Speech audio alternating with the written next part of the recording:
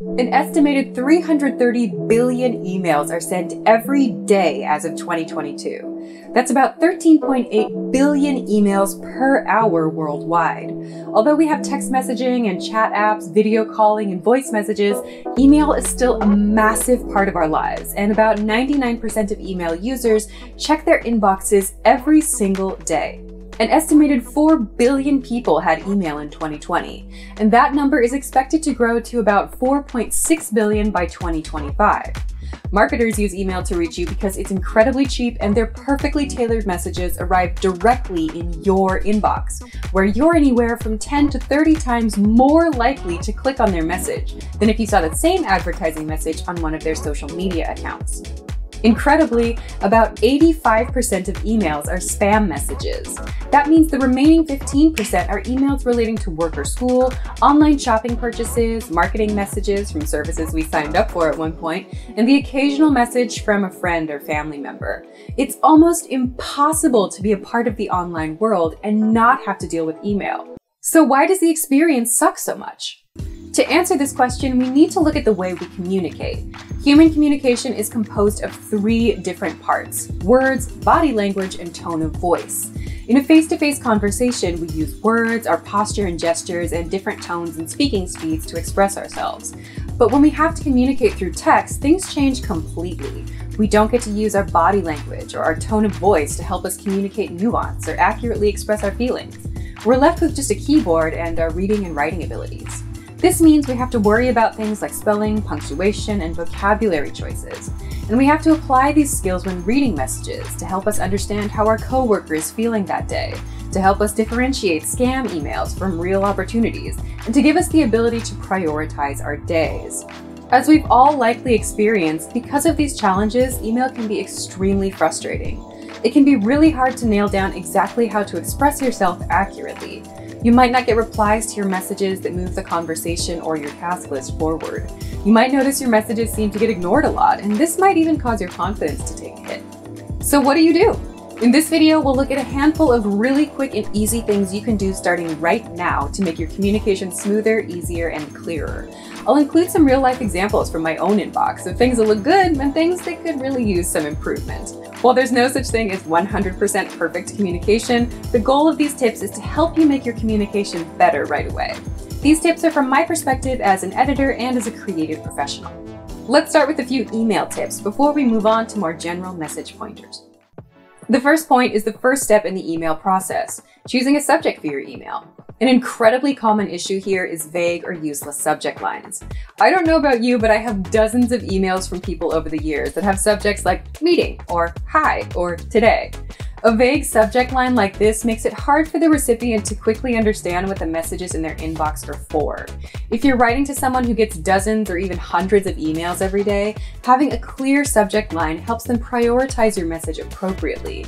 You can think of your subject line and your name as being a bit like a thumbnail on a YouTube or a Netflix homepage. You already have a pretty good idea of what you're getting into the moment you click it, right? So make your subject line clear. Using appropriate email subjects also really helps with mailbox organization for both the sender and the recipient. I'm sure most of us have run into a situation where we need to find a specific file attachment, but it's buried somewhere in emails titled File, or See Attachment, or Please Review, or something like that. In many cases, there isn't even a message to go along with the attachment. But if you need to refer back to the file at some point, this can mean you spend a stupid amount of time digging through old emails trying to find the one that has the attachment. Avoid this by taking 5 seconds to put an identifier in your subject line or in the body of your text if you're sending a message too. Here's one more reason to avoid vague subject lines. It can sometimes strike fear into your recipients. Here's a great example of a phrase you should avoid in your email subject lines, messages, and text because it generally produces terror. Can we talk?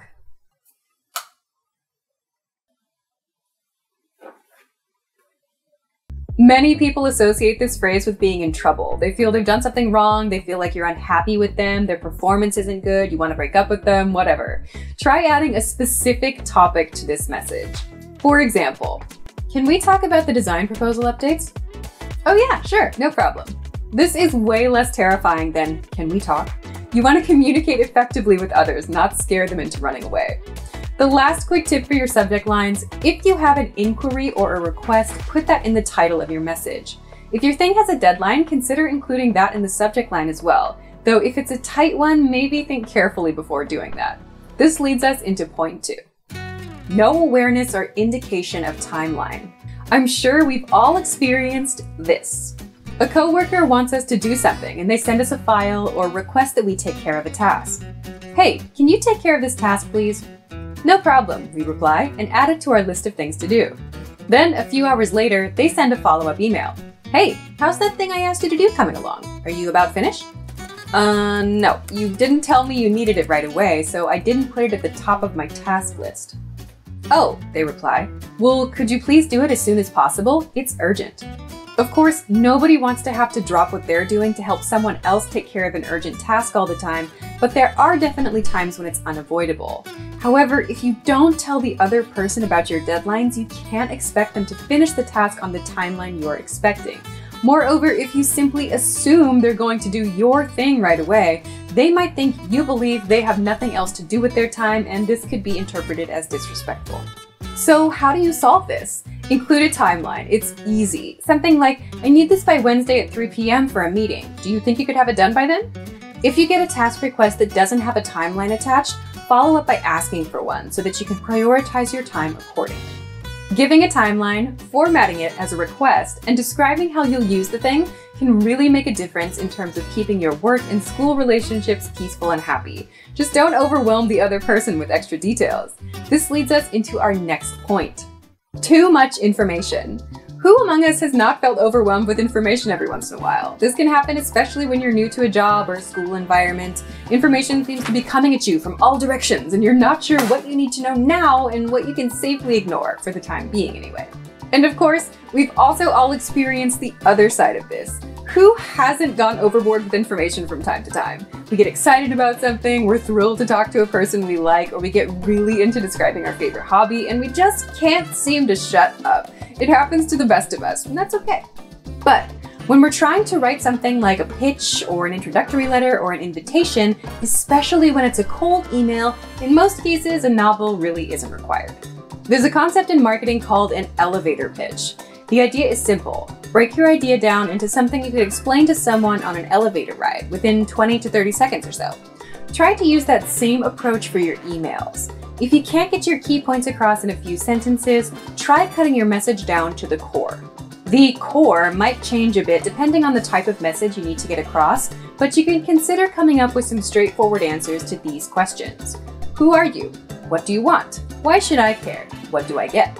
You might think, well, what if I'm reaching out to someone I've never spoken to? I'm cold emailing this person and I have to give some details or some context about myself and my project. I get it. I regularly find myself in this position. My solution? Try putting your request in the first few sentences instead of sticking it near the end of the email, where the person might have already lost interest in whatever it is you're talking about. We'll talk a little more about cold emailing later in this video. Make your request clear.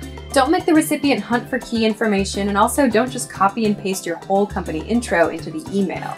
If you're writing an introductory letter, don't tell your life story.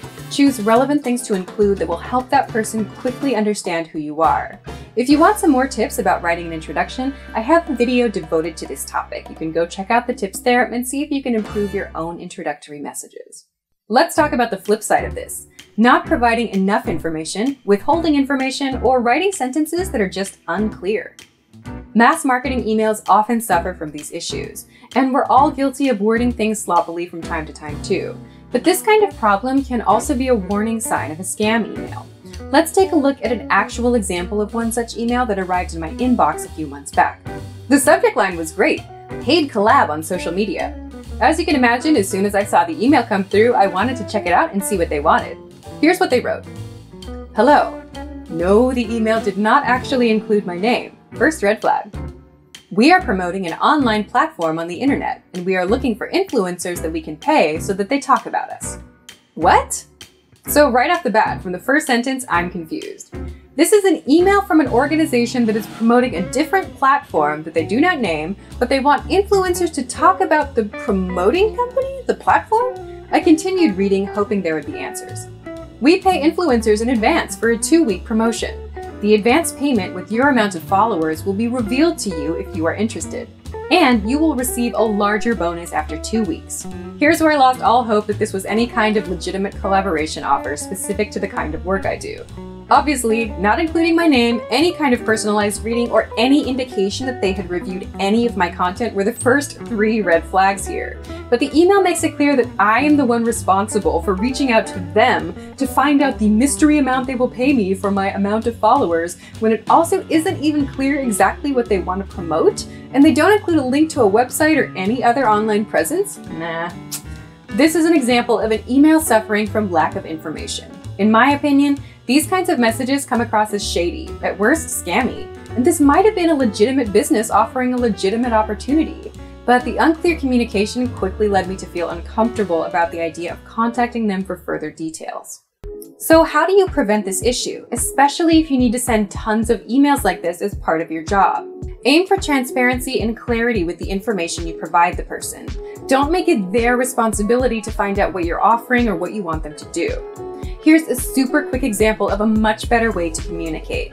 I received an offer to promote a product, and the rates for the promotion were included in the message, along with the specific product, a link to the promotion company's Instagram, and polite messaging.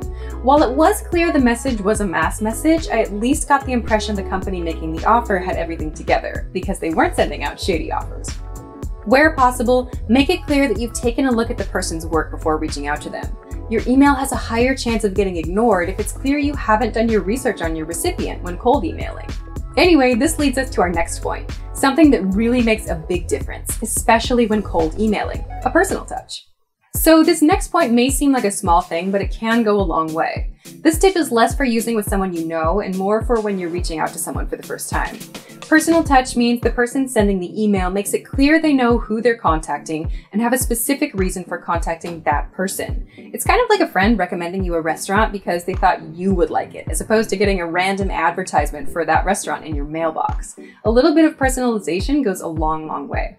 In mass marketing emails, and even in some cold emails, the sender will simply begin the emails with "Hi" or "Hello." That's the first indicator it isn't a real message. So add the other person's name to your message. Use the appropriate title too, like doctor or professor or representative, and so on. Second, there will often be no indication that the sender even knows what the recipient does. Some mass emails try to get sneaky and write things in the first sentence like "Love your Instagram," "I follow your YouTube channel," or "You do such great work," but they don't make any specific comments. Taking a moment to show the recipient you've done your homework about them can go a long, long way. And that doesn't mean you just copy and paste a fact about them you saw on the first page of a Google search result for their name. You can even consider personalizing the subject line of your email if you really want to go for it. Just make sure it's natural and not creepy. "I love you. I've been following you for a long time." Of course, this isn't to say that simply writing a personal message to your favorite popular creator or celebrity will get them to write you back. That's a different situation. But when you're working to make appropriate connections, taking the time to give your message a little bit of a personal touch can go a long way. All right, let's shift gears a bit to a more technical thing: managing the conversation in terms of who is seeing the information. This is a really simple thing that people tend to overlook. When I say managing the conversation, I mean things like considering who is CC'd in the email thread. It means considering whether you need to just reply or reply all on the message. Making sure that all the right people stay in the loop in written communication can be absolutely essential. Reminder, CC, carbon copy, is used to send an exact duplicate of your message and the recipients can see who received it. BCC, blind carbon copy, does the same thing, but the recipients cannot see who received the message. BCC is sometimes used in mass marketing emails. This maintains recipient privacy. Here are a couple of pet peeves related to conversation management. 1. CCing your boss into a conversation at the first sign of trouble or disagreement in an email thread can look really immature, especially if it's a habit. It can look like a little kid running to their parents when they have a problem. Apply your problem-solving skills yourself and see how things go. You might resolve it without dragging your boss into the situation at all. 2. Purposely cutting someone out of a conversation can look shady or rude. If that person is supposed to have the information you're talking about, you're potentially setting yourself up for future drama by cutting them out. Make sure to include the appropriate people in the conversation to avoid tension further down the road. Lastly, making sure you don't accidentally send a snarky response to a company-wide email because you accidentally hit reply all can make sure you keep the peace in your workplace or school. Be aware of the people that get added to your conversations and use the CC, VCC, reply, and reply all functions appropriately. Next, I want to talk a little bit about email formatting. In cases where you need to send a couple blocks of text, it can be really helpful for your reader if the blocks are formatted in such a way that the information is easy to understand. A couple of paragraphs divided with bold headers is much easier to understand than a wall of explanatory text. It also forces you, the writer, to organize your ideas. If you realize your message is getting a little long, see if you can add some headers with bold font, underlines, whatever, to help your reader make sense of the information. And of course, don't forget those links and attachments that go along with your message. We've all done that, I'm sure. Okay, the next couple of tips are more general messaging tips and aren't just for work or school or collaborative email situations. These are some general communication ideas to keep in mind, especially if you're working with people you're not close to. These are also really important to keep in mind if you're working across cultures or languages. First, avoid using sarcasm or making comments that could be considered passive-aggressive. At the beginning of this video, we covered how our communication is composed of words, body language, and tone of voice. Sarcasm relies heavily on tone of voice, body language, and facial expressions. Even in our native languages, sarcasm can be really difficult to detect in text, even in messages from people we're close to. Nice job with your outfit today? What's wrong with my outfit today? Nice job. What? If the other side isn't aware you're being sarcastic, it could cause a miscommunication, a fight, or who knows what else. If you're on casual terms with the other person, usually you can make sarcastic remarks clear with emoji, pictures, or other media. But if it's a work situation, it might be best to avoid sarcasm altogether. Same thing goes for situations where you're communicating across languages. Second, passive-aggressive comments are generally not the most useful way to communicate, so hopefully most people avoid them in their professional and educational lives. But keep an eye out for anything that could be understood as passive-aggressive, especially if you're communicating with someone you don't generally have a great relationship with. Here are some examples of some sentences that can become problematic depending on the mood of the recipient.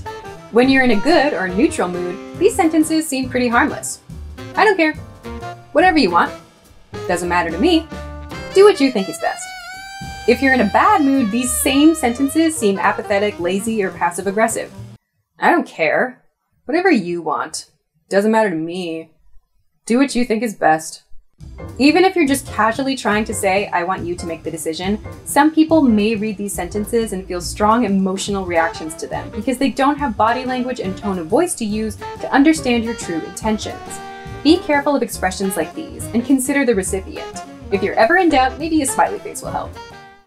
Okay, the last tip here is a super general one. This great phrase, digital body language, comes from a book that has this as the title. It explores all the different ways we communicate online and not just with our words. So what does it mean to consider your digital body language? Things like your response time, the vocabulary words you use, the way you format your messages, etc.